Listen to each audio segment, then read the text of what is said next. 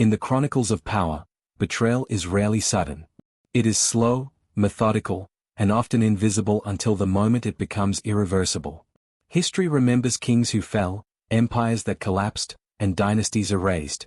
But behind many of these endings stands a quieter figure, shaped within the palace itself. A son. A prince. An heir who chose ambition over blood. This is the story of a prince raised in the shadow of authority, educated in loyalty, and groomed for succession, who ultimately turned against the very man who gave him everything. Not out of madness, nor simple cruelty, but through calculation, fear, and the relentless pressure of power. The palace was designed to inspire permanence. Its stone walls rose not merely as protection, but as a statement. This rule was meant to last. Courtyards echoed with ritual footsteps, corridors carried the whispers of generations, and banners hung heavy with the symbols of continuity. Within these walls, the king ruled with the confidence of a man who believed history was on his side. The prince was born into this world of certainty. From his earliest days, he was surrounded by ceremony and expectation. His name was spoken with reverence before he could speak it himself. Tutors taught him law, war, diplomacy, and theology. Courtiers bowed. Generals saluted. Priests blessed his path. From the outside, his destiny appeared secure. But inside the palace, power was never as stable as it seemed. The king, his father, was a ruler shaped by survival. He had come to the throne through conflict, compromise, and bloodshed. His reign was defined by consolidation, of territory, of authority, of legacy. He trusted few, tested many, and ruled with a careful balance of force and favor. To the kingdom, he was strength incarnate. To the court, he was caution itself. To his son, he was something more complex. The king believed in preparation through distance. He loved the prince, but rarely showed it. Praise was rare. Approval was conditional.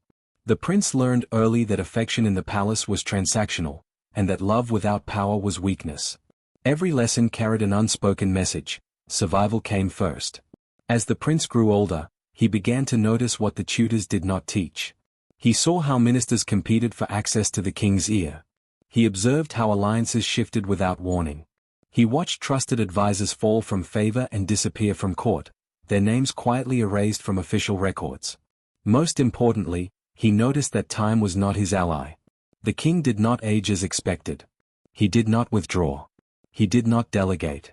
Instead, he tightened his grip on power, involving himself in every decision, commanding every campaign, judging every dispute. The prince remained an heir in theory, but in practice, he was a spectator. At court, whispers began. Some said the king no longer trusted his son. Others claimed the prince lacked the strength to rule.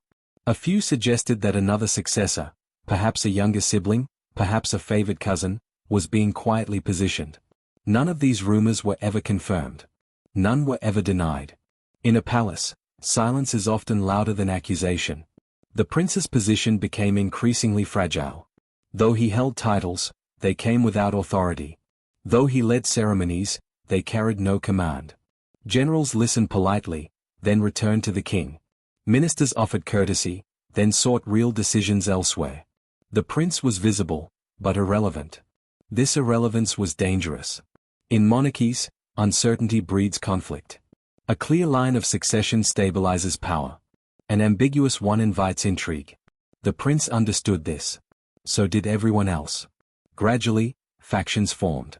Some courtiers aligned themselves with the prince, not out of loyalty, but calculation. They saw in him a future that might arrive sooner than expected. Others remained firmly with the king, fearing that any shift could cost them everything. The palace divided not openly, but subtly, through seating arrangements, invitations, and carefully chosen words. The king noticed. He always did. Rather than address the tension, he responded with control. He restricted the prince's access to state matters. He appointed loyalists to key positions. He delayed any formal declaration of succession. Each move was justified as caution. Each move deepened the divide. For the prince, patience began to feel like surrender. Advisors came quietly. They spoke of historical precedent. Of kings who waited too long and lost everything. Of heirs who hesitated and were replaced. They reminded the prince that power, once missed, rarely returned. They also reminded him of the kingdom's fragility. External threats loomed. Borders were restless. Rivals watched closely. A strong transition, they argued, was essential. The king's prolonged rule, they suggested, was becoming a liability. At first, the prince resisted these ideas. Betrayal was unthinkable. The king was not only his father, but the embodiment of the state. To move against him felt like treason against the kingdom itself. But doubt is persistent. Each time the king dismissed him publicly. Each time decisions were made without his input. Each time rumors questioned his legitimacy. The prince began to reframe the situation, not as rebellion, but as responsibility.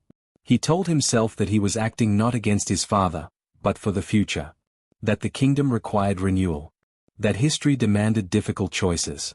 This is how betrayal often begins, not with hatred, but with justification.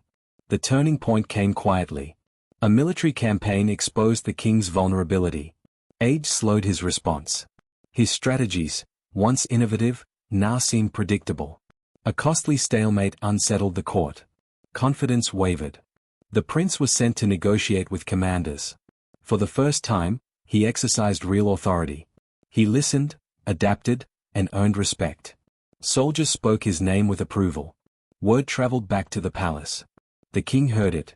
What might have been an opportunity for reconciliation became a moment of suspicion.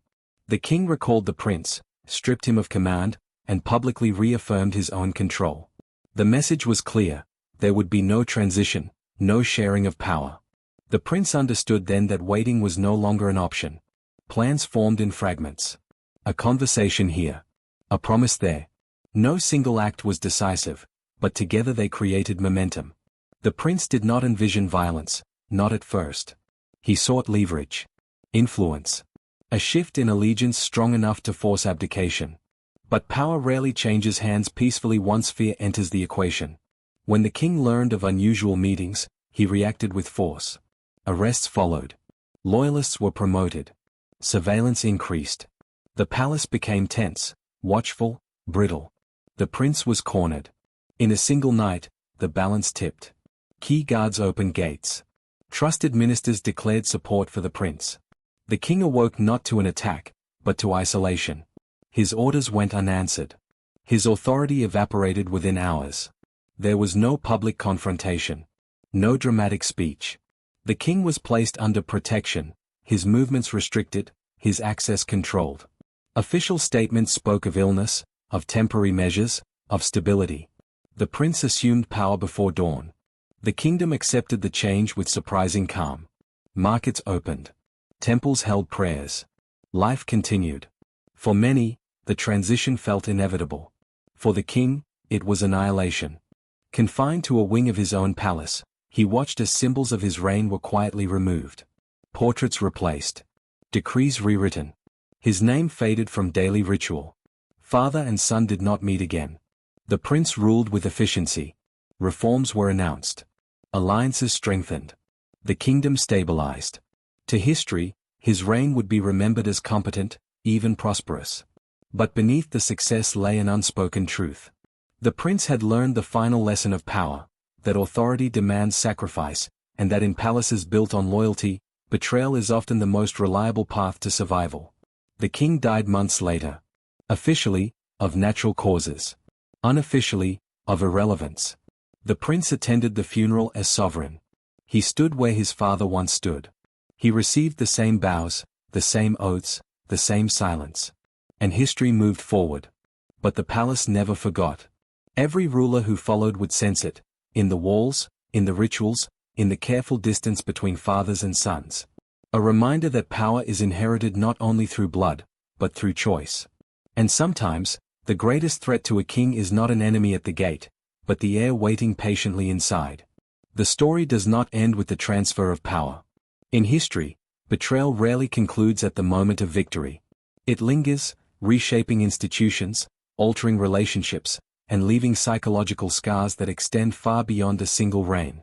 After the funeral rites were completed and the court returned to its routines, the new king, once the prince, began the slow work of legitimization.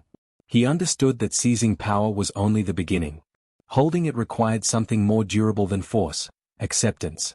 Public proclamations emphasized continuity. The language of decrees echoed his father's style, carefully invoking tradition and stability. Coins bore familiar symbols. Religious authorities were reassured that sacred customs would remain untouched. To the population at large, the transition appeared orderly, almost mundane. But within the palace, nothing was the same. Those who had aided the prince's ascent were rewarded, but never fully trusted. Those who had remained loyal to the old king were watched closely, their careers stalled or redirected. The court became a place of cautious speech and guarded expressions. Everyone understood what had occurred, even if no one spoke of it openly. The new king ruled with an awareness his father had lacked. He knew how fragile authority could be. He had witnessed how quickly allegiance dissolved, how swiftly power could be transferred when confidence collapsed. This knowledge made him effective, but also wary. He centralized control. He restructured the council. He limited the independence of generals and administrators. Every decision passed through layers of verification. The kingdom grew more efficient, but less trusting. In private moments, the king reflected on the path that had brought him here. He did not dwell on guilt in the way poets imagine.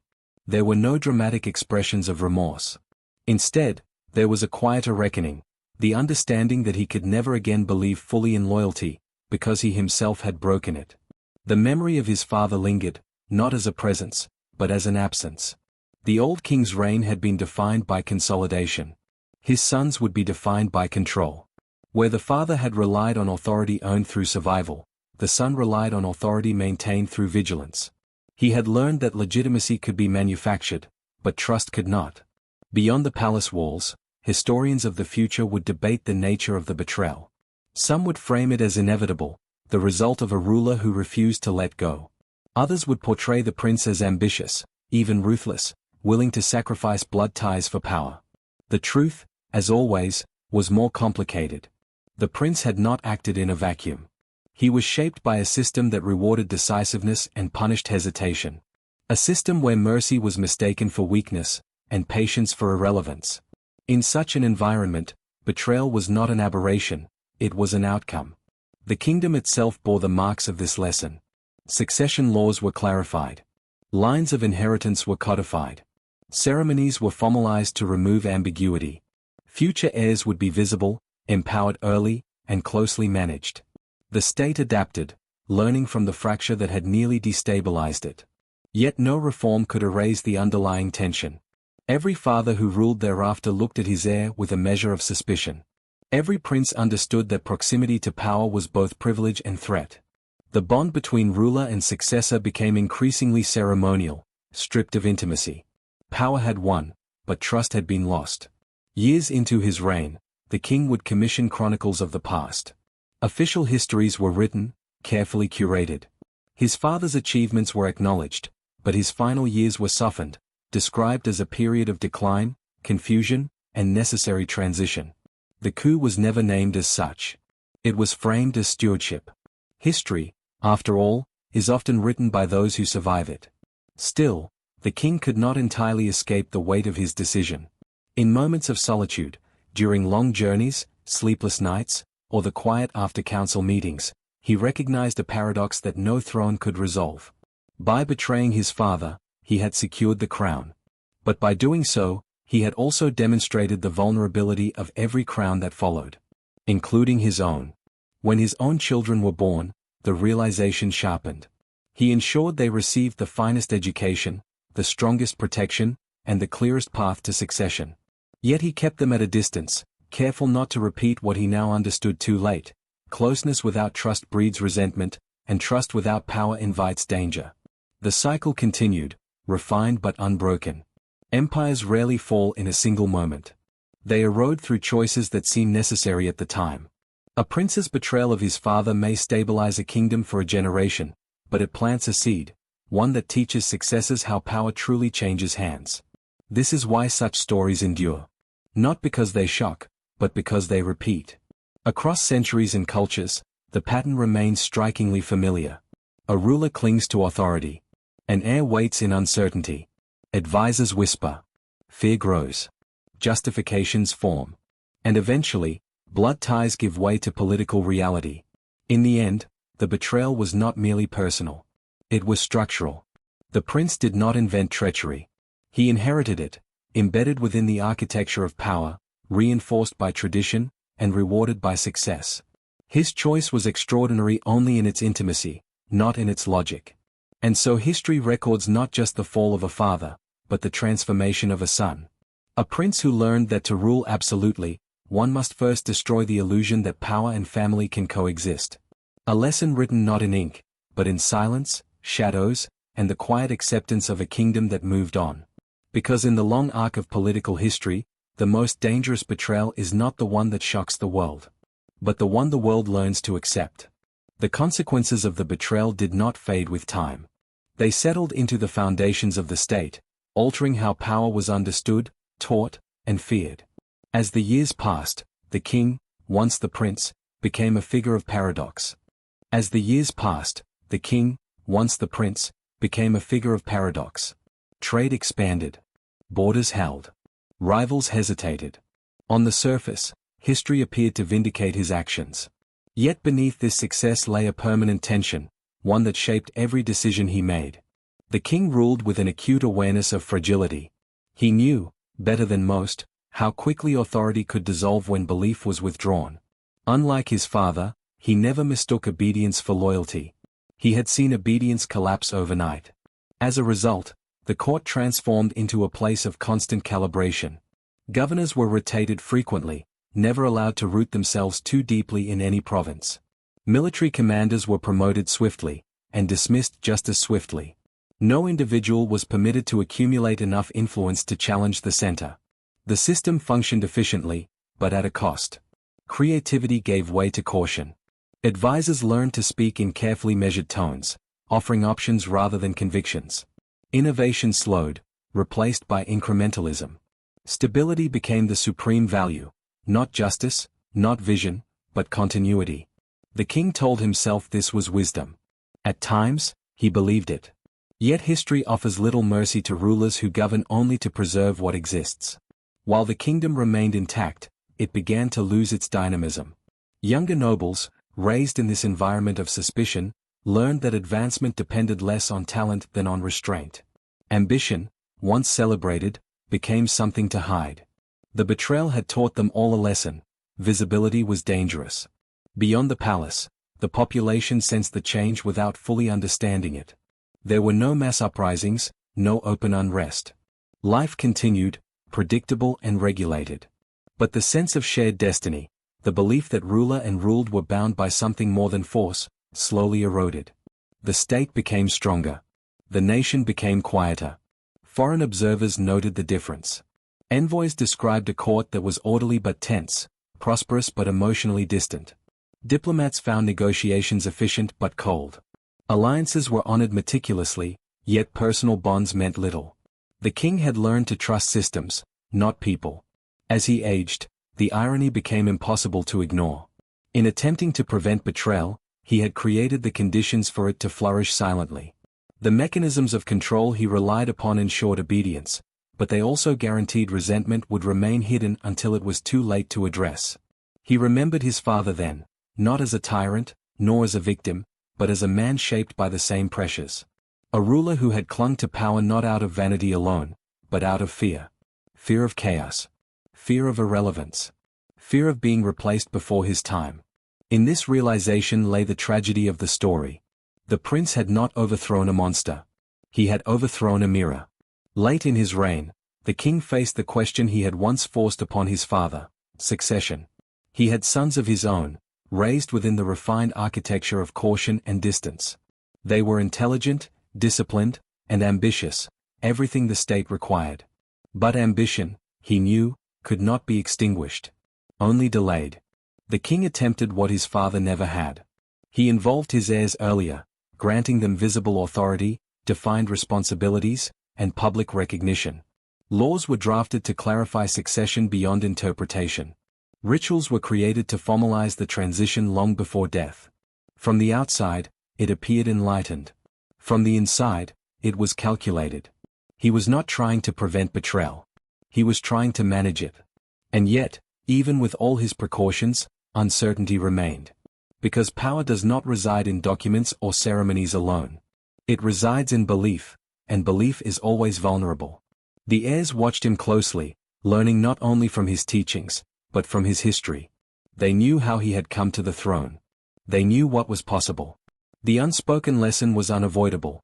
If a king could remove his own father, then no bond was sacred. The story had become a precedent. Long after the king's death, chroniclers would attempt to locate the precise moment the betrayal became inevitable. Some would point to the king's refusal to share power. Others to the prince's impatience.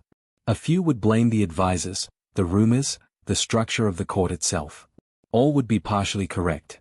But none could fully capture the deeper truth, that betrayal was not a single act, but a process. A slow erosion of trust, accelerated by fear, ambition, and the architecture of absolute power.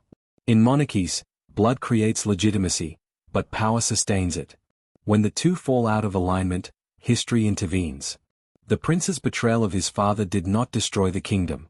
It reshaped it. It replaced one form of stability with another, traded openness for control, and intimacy for vigilance. It solved an immediate problem while creating a lasting condition. This is why such stories echo across centuries. Not because they are rare, but because they are structural. They reveal the quiet truth at the heart of political power, that systems built on inheritance inevitably turn family into competition, and love into liability. And so the palace endured. Its walls still stood. Its rituals continued. New kings rose. New princes waited. But embedded within its stones was a memory no ceremony could erase, the knowledge that the greatest act of treason does not always come from outside the gates. Sometimes, it is born in the cradle of succession, nurtured by silence, and carried patiently by the one raised to inherit everything. Until the moment comes. And history turns once more. Time moved forward, as it always does, but the shadow of the betrayal never fully receded. It stretched across decades, shaping not only the reign that followed, but the political culture of the realm itself. In the years after the king's death, official memory hardened into doctrine. Schools taught a simplified version of the transition, a necessary change, handled with restraint, guided by duty. The emotional reality, the isolation, the fear, the silent collapse of a father's authority, was removed from the narrative. What remained was a lesson in statecraft, not humanity. This selective memory served a purpose. By stripping the story of its intimacy, the state transformed betrayal into procedure. It became something that could be analyzed, debated, even admired, rather than mourned. The personal cost was irrelevant. What mattered was that the realm had survived. But among the inner circles of power, the truth lingered. Senior officials who had lived through the transition aged into positions of quiet influence. They remembered the night when loyalty shifted, when certainty dissolved, when a king discovered that command meant nothing without belief. These men and women became cautious custodians of the system, wary of sudden change, distrustful of charisma, alert to ambition wherever it appeared. Their advice shaped generations. They warned rulers never to isolate their heirs completely, but also never to empower them too fully. They encouraged controlled rivalry among nobles, believing that divided ambition was safer than unified purpose. Above all, they taught that the appearance of harmony mattered more than harmony itself. Power, they believed, was safest when no one truly trusted anyone else. Beyond the capital, provinces absorbed these lessons in their own way. Local governors learned that loyalty was less important than predictability. They complied meticulously with directives, avoided innovation, and refrained from forming strong personal followings.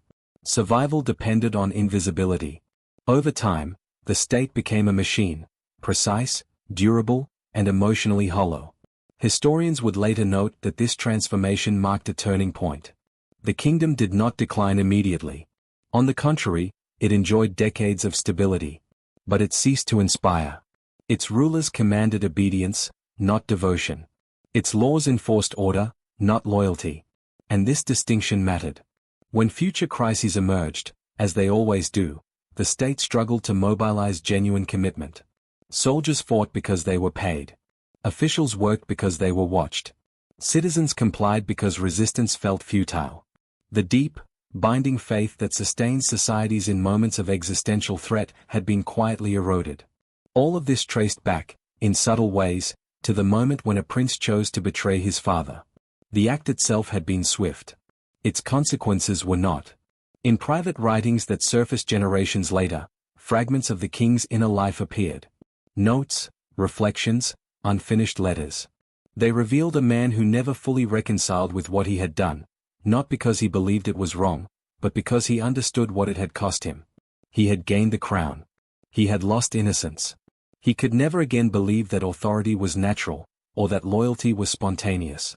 Every smile carried a question. Every pledge carried an expiration date. This awareness made him formidable, but also profoundly alone. Power, once taken this way, isolates. This isolation became the defining feature of leadership. Rulers withdrew into formality. Emotional distance was mistaken for strength. Intimacy was avoided, lest it create vulnerability. The throne became a place of calculation, not connection. The palace, once a living organism of personalities and rivalries, turned into a controlled environment. Conversations were recorded. Movements were tracked. Spontaneity disappeared. Everything functioned, nothing breathed. And yet, from this environment, new princes continued to be born. Each was raised within the same architecture of caution, educated in the same history, taught the same lesson, that power is fragile, and succession is dangerous. They studied the betrayal not as tragedy, but as precedent.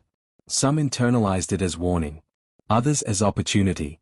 One generation later, another heir would face a similar dilemma, not identical, but familiar. An aging ruler. A restless court. Advisors offering competing interpretations of duty. Once again, uncertainty crept in. The system responded as designed. Mechanisms activated. Surveillance intensified. Ceremonies multiplied. Laws were cited. Control increased. But systems, no matter how refined, cannot eliminate human desire. Ambition adapts. Historians observing this later period would recognize a pattern repeating itself, not in the same form, but with the same underlying logic. The original betrayal had not been an exception. It had been a revelation.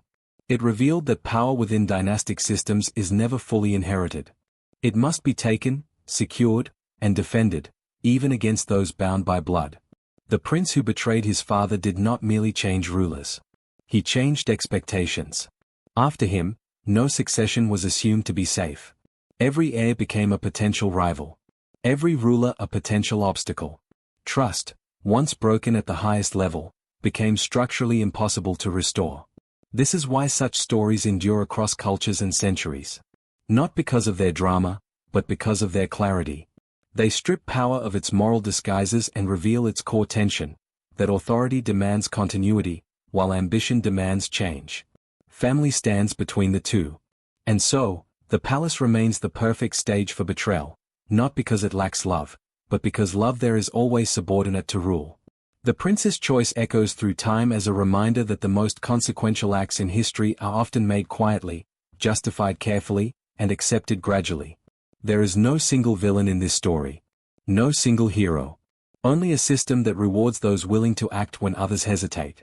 And at its center, a son who looked at his father, looked at the throne, and chose the future he believed was inevitable. In doing so, he ensured that no ruler who followed would ever sleep entirely at ease again. Because once a prince betrays his own father, and succeeds, the idea of unchallenged authority dies with him. The lesson endured not as a warning etched in stone, but as an instinct embedded in governance. Long after the original actors had vanished from memory, the consequences of that betrayal continued to express themselves in subtle, institutional ways. Court etiquette evolved. Where once frank counsel had been valued, ambiguity became preferred. Advisors learned that certainty was dangerous, that firm convictions could be interpreted as ambition. Language softened. Recommendations were framed as possibilities. Responsibility became diffuse, ensuring that no single figure could be blamed or empowered. The throne sat at the center of this carefully engineered uncertainty. Rulers who followed inherited not only authority, but anxiety. Each understood, whether consciously or not, that legitimacy could evaporate faster than it was inherited. The story of the prince and his father was rarely spoken aloud, but it lived in precedent, shaping instinctive reactions to threat. When a young heir showed brilliance, he was praised publicly and constrained privately. When he showed restraint, he was encouraged, but never trusted. Education emphasized obedience, history emphasized caution, and affection was rationed carefully. Love, in the palace, was always conditional. Outside the palace, the realm continued to function. Taxes were collected. Armies marched. Treaties were signed. To the world, the kingdom appeared stable, even formidable. Few outsiders could detect the quiet corrosion at its core. Yet moments of crisis revealed the truth. When famine struck distant provinces, officials responded efficiently but without urgency. When unrest simmered, it was suppressed swiftly but without reconciliation. The machinery of state operated flawlessly, yet without empathy. Decisions were correct on paper and hollow in spirit. This was the long shadow of betrayal, a state optimized for control rather than cohesion. Scholars of later centuries would debate whether this transformation was inevitable. Some argued that absolute power always produces paranoia, that dynastic rule is structurally incapable of sustaining trust. Others believed that the prince's choice had accelerated a process that might otherwise have unfolded more gradually. What none disputed was the turning point. Before the betrayal, succession had been fraught but sacred. After it, succession became strategic. This shift altered not only rulers, but the ruled. The population learned, slowly and unconsciously, that power was transactional. Loyalty flowed upward only as long as stability flowed downward. Ideals gave way to pragmatism. Survival replaced devotion. The state endured, but belief thinned. Generations later, when the kingdom faced a challenge unlike any before, a coalition of rivals, an economic collapse, a religious fracture, the limitations of this system became apparent. The ruler called for unity. Decrees invoked history. Ceremonies multiplied. But unity cannot be summoned where trust has been eroded. Provincial leaders hesitated. Generals waited for guarantees. Citizens complied reluctantly. The response was fragmented, delayed by calculation.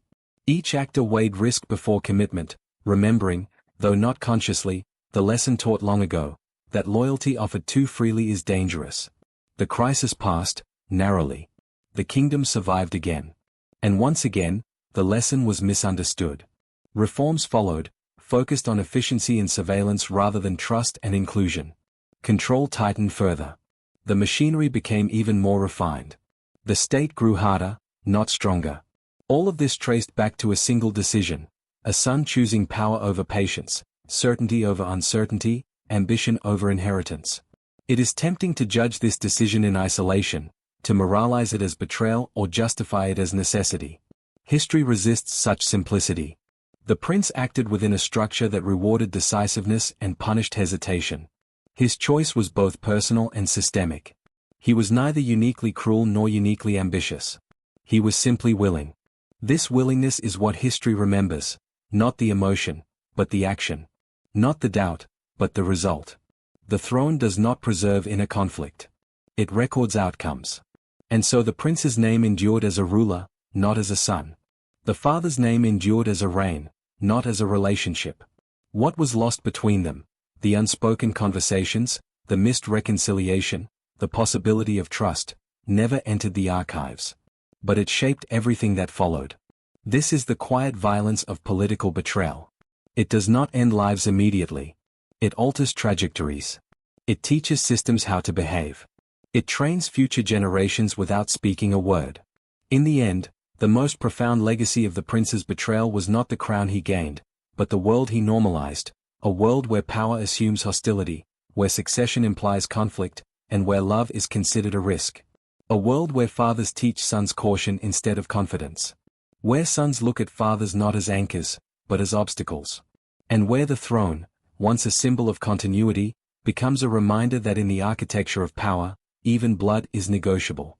And so the pattern persisted, not as an explicit doctrine, but as an inherited reflex. Power no longer needed to announce its suspicions, they were assumed. Every gesture, every delay, every appointment was interpreted through the lens of potential betrayal. What began as a single act between father and son matured into a governing philosophy. Over time, the palace itself seemed to adapt. Architecture changed. Private chambers multiplied.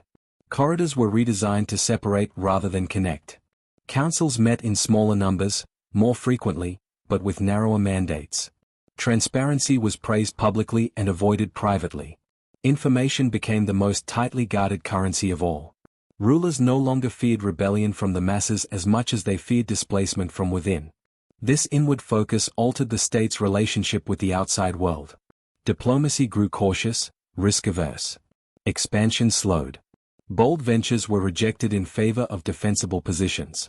The kingdom became difficult to destabilize, but also difficult to inspire. It survived by minimizing exposure. The prince's betrayal had taught the state that threats were most dangerous when they wore familiar faces. As a result, the kingdom became adept at neutralizing enemies, but clumsy at cultivating allies. Historians would later note how rarely genuine partnerships emerged in this period. Agreements were enforced through leverage, not trust. Cooperation was conditional, temporary, and carefully hedged. Even victories felt provisional. The ruler's authority extended everywhere, but belonging extended nowhere. Within the royal household, the consequences were most pronounced. The family ceased to function as a family in any meaningful sense. It became an institution within an institution, governed by protocol rather than affection. Children were raised by tutors and attendants, shielded from emotional dependency. Parents maintained distance, believing it necessary. The prince who had once betrayed his father had believed he was acting for the future. Yet the future he created was one where intimacy itself became suspect. This emotional austerity was passed down with remarkable consistency. Each generation refined it, mistaking restraint for wisdom. They believed they were correcting the mistakes of the past, unaware they were preserving its most corrosive lesson. Occasionally, a ruler would attempt to break the pattern. There were moments, brief, fragile, when a king sought closeness with his heir, when a successor was granted genuine responsibility without surveillance, when trust was extended without immediate safeguards. These experiments were celebrated by chroniclers, praised as enlightened leadership. They rarely lasted.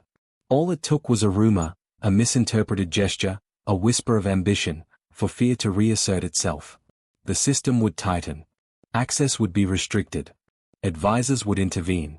The ruler would retreat behind protocol once more. The betrayal had taught the state what to fear, but not how to heal. And so, the palace remained a place of exquisite order and quiet loneliness. Its ceremonies were flawless, its governance precise, its continuity uninterrupted. Yet something essential was missing, something no decree could mandate and no reform could manufacture. Trust. This absence shaped the kingdom's destiny in ways that only became clear much later. When the age of dynasties began to wane, when new ideas of legitimacy emerged beyond bloodlines and divine sanction, the state struggled to adapt. Its rulers were masters of control, not persuasion. They knew how to command obedience, not how to earn belief. Populations accustomed to distance responded with indifference.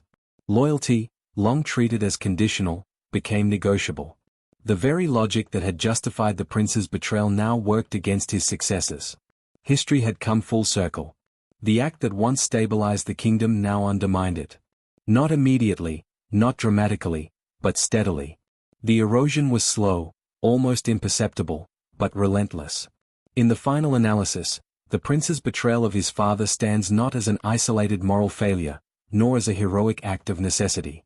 It stands as a revealing moment, a point where the true nature of power became visible. It showed that in systems built on inheritance, succession is never neutral. That authority passed through blood is still contested through belief. And that when belief falters, even the closest bonds become expendable. The prince did not invent this reality. He exposed it. His father ruled believing authority could be held indefinitely. The son ruled knowing it could not. Between them lay the truth that history records again and again. Power is never owned, only borrowed, and always at a cost. That cost was paid in silence, distance, and the quiet reshaping of a state that learned to survive without trust. The palace still stands in the historical imagination, grand, imposing, seemingly eternal. But within its walls echoes a lesson written long ago, when a son chose the throne over his father. A lesson that whispers to every ruler who follows. That the greatest danger to power is not opposition, but succession. And that the most enduring betrayals are not those that destroy kingdoms, but those that teach them how to live without faith. The story stretches beyond the lifetimes of both father and son, embedding itself into the rhythm of the kingdom in ways subtle yet profound. Every stone of the palace, every ritual in the court, every line of succession carried the weight of that first betrayal. It became invisible, yet inseparable from governance itself. The kingdom learned to breathe through caution, to flourish through control, and to endure through vigilance. Courtiers told the story in fragments. Not openly, not in the public annals, but in warnings whispered across chambers. A young noble might hear, "Remember the prince who moved before his father," and nod with understanding. The lesson was rarely moralized, it was tactical. It was survival. Over the decades, the palace became an instrument designed to anticipate ambition before it was realized. Doors were locked, not just to protect property, but to regulate who might gain access to influence. Meeting schedules were carefully orchestrated so that no single figure could dominate decision-making. Even personal interactions were calculated, favor given sparingly, praise offered cautiously, mentorship monitored. Yet in this structure of control, a paradox emerged. Efficiency thrived, and order reigned supreme, but loyalty withered. Where once subjects might have loved their sovereign, they now obeyed out of habit, fear, or necessity. Generals executed commands without conviction, ministers implemented policies without inspiration. The kingdom survived, but it no longer stirred hearts. Outside the court, neighboring states observed the subtle rigidity. Diplomats recognized the discipline, admired the stability, and feared the efficiency. But they also noted a strange coldness, a sense that the kingdom's strength was measured more in calculations than courage. Alliances endured because of strategy, not trust. Treaties lasted because contracts were ironclad, not because bonds were heartfelt. Diplomacy had become a game of shadows and procedure, echoing the lessons of a betrayal decades past. The prince's own descendants internalized the lesson early. Sons and daughters were raised to respect protocol above passion. Knowledge of statecraft was paired with training in circumspection. Emotional bonds were carefully managed. Devotion was subordinated to calculation. They learned that affection could be weaponized, that love could compromise authority, and that no bond, however intimate, could override the demands of power. As the kingdom moved into a new century, historians attempting to chart its decline and resilience found a repeating pattern. Periods of innovation were quickly checked by caution. Moments of public trust were followed by subtle consolidation. Every ruler attempted to balance authority with legitimacy, only to be reminded by precedent that power is fragile, and loyalty, conditional. Even revolts, when they arose, were muted. Citizens, accustomed to distant authority, complied with regulation rather than conviction. Soldiers fought with efficiency, but not devotion. Provinces obeyed law, but rarely passion. In many ways, the kingdom's survival owed as much to fear as to strategy, a fear first crystallized when a prince turned against his father. And yet, the human element never fully disappeared. Behind the throne, children grew up knowing the history, feeling its influence in their blood. Advisors whispered tales of past rulers. Tutors used stories of the prince's decisive ascent as both caution and inspiration. Every generation grappled with the paradox. To rule effectively, one must balance cunning with compassion, vigilance with openness. Few succeeded, many learned the wrong lesson. By the time the original betrayal had receded into legend, its imprint on governance was complete. The palace was still magnificent. Ceremonies continued with grandeur. Laws and decrees preserved the external order of the kingdom. But beneath the surface, the rhythm of suspicion, vigilance, and carefully rationed trust defined everyday life. Leadership became a series of calculated gestures, obedience an unspoken expectation, and ambition a silent hazard. The prince had gained the crown and stabilized the kingdom, but he had also rewritten its psychology. Every ruler who followed would inherit not just territory and authority, but the structural lesson of betrayal. Every heir would understand instinctively that proximity to power is perilous, that ambition may be hidden, and that love within the palace is conditional and dangerous. Thus, the tale extends across generations, a cautionary narrative, a historical blueprint, and a human tragedy, all entwined. Power endures, but at a cost measured in trust denied, relationships fractured, and the ever-present awareness that the most dangerous threat to authority is not the foreign enemy at the gate, but the family within. History preserves this story not for its scandal, nor for its drama, but because it reveals the invisible rules that govern human ambition. It teaches that authority can be gained and maintained, yet never truly secured. It teaches that succession carries with it both opportunity and peril, that loyalty is fragile, and that the cost of power is often paid in silence, shadow, and solitude. And in this enduring truth, the kingdom and the palace themselves became living monuments to that moment when a son chose the crown over his father, a choice whose consequences would ripple through centuries. The echoes of that fateful betrayal did not diminish with time. They evolved, spreading like a quiet contagion through the very fabric of the kingdom. Generations later, the lessons learned from that night when a prince claimed the throne before his father's life had ended were no longer spoken as stories. They were felt instinctively, woven into the habits, instincts, and fears of every ruler, advisor, and heir. The kingdom had internalized betrayal as a structural truth. It no longer needed reminders. Each ruler who followed inherited not only the crown but the awareness that trust could be weaponized and intimacy was a vulnerability. Family ties, once the foundation of succession, became instruments of caution. Sons and daughters were educated in both statecraft and suspicion, learning that ambition could surface silently, that loyalty could evaporate in a single moment, and that the throne demanded vigilance above affection. Even the most loving parent viewed their child as a potential threat, a lesson painfully demonstrated decades earlier. The court became a theater of meticulous observation. Advisors whispered, but carefully measured their words. Courtiers smiled, but the smiles carried the weight of calculation. No one acted without anticipating how their actions might be perceived. Every appointment, every promotion, every allocation of favor was scrutinized through a lens shaped by precedent. Ambition, once natural, became something to conceal, success, something to manage. And yet, paradoxically, the kingdom flourished under this rigid vigilance. Stability was maintained with an almost mechanical precision. Trade prospered, borders remained secure, and rebellion was rare. But the vitality that arises from inspired loyalty, genuine belief, and creative initiative was conspicuously absent. The machinery of governance worked, but its soul had been hollowed. Citizens obeyed, soldiers fought, ministers executed orders, but the emotional and cultural cohesion that binds a society was frayed. Foreign envoys took note. Diplomats reported a kingdom of disciplined efficiency, impressive wealth, and unbroken order. But they also sensed the caution, the cold calculation, the subtle hesitancy to trust. Alliances were negotiated carefully, contracts enforced rigorously, and betrayals, though rare, were anticipated in every interaction. The lessons of the prince's betrayal had transformed not only the kingdom's internal dynamics but also its place in the wider world. The palace itself became a symbol of vigilance. Its architecture reinforced distance and observation. Hidden passageways, isolated chambers, and controlled access allowed rulers to monitor courtiers, advisors, and family members with precision. Public ceremonies remained grand and seemingly continuous, but behind the scenes, every move was calculated, every gesture interpreted. History had codified suspicion as a form of governance. Within this environment, heirs grew up acutely aware of the precedent set by the first prince who betrayed his father. Education was rigorous, emphasizing not only the arts of war, law, and diplomacy, but also the subtleties of human behavior.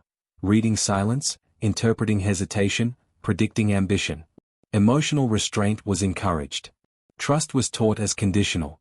Even family relationships were tempered by the understanding that proximity to power could never be assumed safe. As centuries passed, the story became legend, then precedent, then instinct. Every ruler internalized the lesson without needing to hear it. Every palace, every court, every throne was shadowed by the memory of the night when a son chose the crown over his father. It was no longer merely a tale of personal betrayal, it was a blueprint for survival, a silent protocol encoded into the governance of the kingdom. The paradox endured. The kingdom survived, even prospered, under the weight of vigilance and suspicion, but at the expense of human warmth, trust, and spontaneity. Each victory, each territorial gain, each diplomatic triumph carried the quiet echo of fear that loyalty could be fleeting, that ambition could strike from within, that history could repeat itself. And in this shadow, the throne remained a lonely place. Every ruler ascended knowing the crown came with a price, the vigilance inherited from generations of betrayal. Every heir awaited the inevitable tension between authority and ambition, love and duty, proximity and risk. Power had been secured, but at a cost measured not in coins or lands, but in silence, distance, and the constant awareness of human frailty. The original betrayal, the prince's decision, was no longer a single event. It had become a force, shaping the kingdom's political, social, and emotional architecture for centuries. It taught rulers to see family as both ally and threat, advisors as instruments of influence, and authority as fragile. It transformed the kingdom into a realm of order without intimacy, efficiency without warmth, and vigilance without end. History preserves such moments not for their scandal, but for the truths they reveal, that power demands vigilance, that succession carries risk, and that even the deepest bonds of blood cannot fully protect a throne. The kingdom endured, but the memory of betrayal endured more. It whispered in halls, echoed in protocols, and lived in the instincts of every ruler who followed. And so, the story of the prince who betrayed his father did not end with a crown. It became the enduring rhythm of the state itself, a rhythm of suspicion, calculation, and survival, whose consequences would shape generations yet to come. The centuries that followed the prince's betrayal were marked by continuity, yet beneath the surface, the kingdom had been fundamentally transformed. Every institution, every custom, every law carried the imprint of that single act of ambition. What had begun as a private struggle between father and son became an enduring lesson. Power is never safe in the hands of blood alone. The palace, once a place of family and ceremony, became a fortress of observation. Generations of rulers reinforced its walls not just against external enemies, but against internal threats. Thrones were no longer inherited purely through birthright, they were earned, contested, and monitored. Every heir was raised in a state of constant awareness, educated not just in diplomacy or warfare, but in the subtle, invisible tactics of survival. Councils were reorganized. Ministers no longer held permanent authority. Instead, positions rotated frequently, ensuring no single individual could accumulate enough influence to threaten the throne. Military commanders were evaluated as much for loyalty as for competence. Nobles learned to navigate the court like a chessboard, where a single misstep could end a career, or a life. Trust became transactional, loyalty measured, and personal bonds were rarely permitted to interfere with statecraft. Yet even as the kingdom became more efficient, more orderly, the cost of this vigilance was profound. Emotional life within the palace diminished. Genuine affection was rare. Mentorship was cautious. The children of kings and queens grew up knowing they were instruments of continuity, not companions in governance. The lessons of betrayal were embedded early. Proximity to power could kill, or at the very least, endanger, a life. Outside the palace walls, the kingdom maintained the appearance of strength. Markets thrived. Borders were secure. Diplomacy was conducted with precision. But observers, both domestic and foreign, sensed an intangible deficit. The loyalty of the people was obedient rather than heartfelt. Alliances were functional rather than inspired. Soldiers fought effectively, but without the zeal born of conviction. Society survived, but it did not flourish in the way that passionate, engaged kingdoms do. Over time, the betrayal of the prince became mythologized. Official chronicles depicted him as a decisive ruler who saved the kingdom from potential stagnation or decline. The moral ambiguity of his actions was erased, replaced with a narrative of necessity and competence. But private diaries, letters, and fragmentary accounts revealed a different truth, a kingdom that had gained stability at the expense of intimacy, warmth, and trust. The story influenced the psychology of every ruler who followed. Fathers viewed their children as potential rivals. Heirs viewed their parents as obstacles. The palace became a place where every conversation, every glance, every gesture was interpreted for hidden meaning. Even in the absence of overt conflict, the legacy of betrayal dictated behavior. Suspicion became instinctive. Vigilance became habitual. Trust became conditional. Succession itself was forever altered. Legal reforms were introduced to clarify the line of inheritance, yet every law included contingencies for crises, coups, and unexpected claims. Rituals were formalized to demonstrate continuity and control. Public ceremonies emphasized legitimacy, while private oversight ensured that no heir could act without scrutiny. Each generation inherited not only a kingdom but a set of behaviors designed to prevent the repetition of the first betrayal. And yet, despite these precautions, ambition never disappeared. It adapted.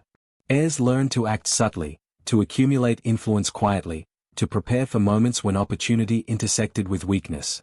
Every ruler understood that the throne could be taken from within as easily as from without, and the memory of the first prince who betrayed his father guided them in both fear and strategy. Even decades later, when external threats loomed, a neighboring empire, a coalition of rival states, or economic collapse, the kingdom's internalized caution shaped its response. Decision-making was precise but slow. Command structures were efficient but rigid. Every action was weighed against historical precedent, every choice measured against potential internal dissent. The state survived, but it did so in a manner calculated and cautious, rather than bold or inspired. Ultimately, the betrayal of the prince left a permanent mark, not only on the palace, but on the very culture of power. It created a kingdom in which authority was maintained through vigilance, loyalty was conditional, and succession was an exercise in strategy rather than inheritance. Emotional bonds were secondary, control was primary. Efficiency replaced spontaneity, survival eclipsed intimacy. The throne remained, majestic and unbroken, but it became a place of solitude. Every ruler who sat upon it understood, in some unspoken way, that they owed their position to opportunity as much as to blood, and that every heir watching from the wings carried within them the potential to repeat, or defy, the betrayal that had defined the kingdom's history. Even as centuries passed and dynasties rose and fell, the shadow of that prince lingered. Not as a scandalous anecdote, not as a cautionary tale for children, but as an invisible architecture embedded in the rhythms of governance, the instincts of rulers, and the very psychology of power. The kingdom endured, because it had learned to protect itself. But it endured in the shadow of betrayal, forever shaped by the memory that the greatest threat to authority is often not from without, but from within. The palace still stands in imagination and in chronicles, its halls echoing not with laughter or warmth, but with vigilance and remembrance. And history teaches that while kingdoms can survive betrayal, the human cost, the erosion of trust, the hardening of hearts, the careful rationing of affection, persists for generations, quietly, invisibly, relentlessly shaping the future of every throne, every ruler, and every heir who follows. The kingdom's transformation did not stop with mere survival. The shadow of the prince's betrayal reached into every layer of society, shaping expectations, behaviors, and even the very conception of loyalty. It was no longer merely a lesson for heirs. It became a structural feature of governance, deeply embedded in the psychology of rulers and the institutions they led. Courts across the kingdom began to operate as laboratories of caution. Decisions that once would have been made through trust or instinct were now subjected to analysis, consultation, and contingency planning. Advisors were valued less for insight than for their predictability. Ministers were evaluated not only on competence but on loyalty, which was defined as compliance without question. The culture of precaution spread beyond the palace, influencing local governors, provincial councils, and military command structures. Every action was double-checked, every loyalty tested, every ambition silently monitored. Education reflected the same transformation. Heirs were trained in the arts of administration and warfare, certainly, but also in psychology, perception, and subtlety. Tutors instructed them in reading expressions, detecting hesitation, and anticipating disloyalty. Emotional expression was discouraged. Curiosity and innovation were tolerated only if safely contained. The prince's betrayal had taught them that passion was a liability, and caution a survival skill. The broader population, meanwhile, absorbed the lessons indirectly. Where once citizens might have believed in the sacredness of monarchy or in the personal benevolence of their ruler, they now saw authority as a system to be navigated. Obedience became habitual. Loyalty was pragmatic. Revolt was rare, not necessarily because rulers were wise, but because fear and uncertainty were woven into every level of governance. The state's stability rested on predictability and caution, not devotion. Even the architecture of power was reshaped. Palaces were redesigned to allow rulers to observe more than they were observed. Corridors were longer, with vantage points for silent supervision. Private chambers were isolated to prevent unsupervised influence. Council halls were divided so that no single faction could dominate proceedings. Every physical space reflected the lessons of that single night when the prince claimed the throne before his father's death. The design of governance itself became a tool for mitigating betrayal. Diplomacy evolved in parallel. The kingdom's interactions with neighboring states became precise, cautious, and transactional. Alliances were negotiated with meticulous attention to potential risk. Treaties were heavily codified, leaving little to interpretation or personal loyalty. Foreign envoys noted the kingdom's efficiency and stability but also its coldness. Honor and prestige persisted, but inspiration and affection were in short supply. Every interaction reflected the logic that had defined the palace for generations: prepare for betrayal, always. Despite these precautions, ambition never disappeared. It adapted. Heirs learned the subtle ways to accrue influence quietly, to form networks of allegiance without appearing to challenge authority, to wait for moments when opportunity and weakness intersected. History had demonstrated that power could be claimed decisively, without public violence, if timing and strategy were precise. And every aspiring ruler internalized that lesson. Legal reforms codified the lessons of betrayal. Succession laws were detailed and complex, anticipating almost every scenario, including sudden deaths, contested claims, or potential coups. Ceremonies were formalized, emphasizing continuity and the legitimacy of the ruler, while behind the scenes, oversight and surveillance ensured no heir acted without scrutiny.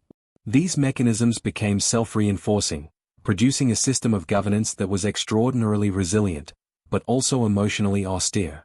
Over generations, the kingdom became a machine, remarkable for its order and durability, yet fragile in a subtler sense. It could withstand war, famine, and rebellion. It could defend borders and enforce law. But it could not inspire deep loyalty, cultivate devotion, or foster the sort of trust that binds ruler to people, parent to child, and leader to counsel. The human cost of the prince's betrayal endured across centuries. Relationships became transactional, ambition became concealed, and intimacy became risk. Even kings themselves became shadows of what rulers had once been. They were efficient, disciplined, and strategic, but lonely. The throne remained a place of ultimate authority, yet isolation defined its occupants. Every decision, every decree, every appointment was made with an awareness that family, once assumed to be a source of support, could also be the source of danger. Love and blood no longer guaranteed loyalty, vigilance and calculation did. The Prince's Act had created a paradoxical legacy, a kingdom stronger in structure and survival, yet weaker in spirit. Stability had replaced dynamism, obedience had replaced devotion, and the machinery of governance had replaced human warmth. The betrayal had ensured the survival of the realm, but it had also ensured that every throne thereafter would carry with it the invisible weight of suspicion and the silent expectation of future betrayal. And so, the palace endured, majestic and imposing, yet ever tense. Its halls carried the echo of that first betrayal, teaching every generation the same unspoken lesson: proximity to power is dangerous, loyalty is fragile, and even the closest blood ties cannot prevent ambition from striking. History preserved the story not for its drama, but for its truth, that in dynasties, power is never merely inherited, it must be claimed, guarded, and constantly defended. And that the greatest threat to a throne rarely comes from outside, it comes from within. The kingdom survived because it learned the lesson, but every ruler, every heir, and every advisor would carry the burden of that lesson as an invisible companion, shaping decisions, relationships, and ambitions for generations to come. The palace, the throne, and the kingdom had been transformed forever, not by war, famine, or revolution, but by the quiet, decisive act of one prince who chose the crown over his father.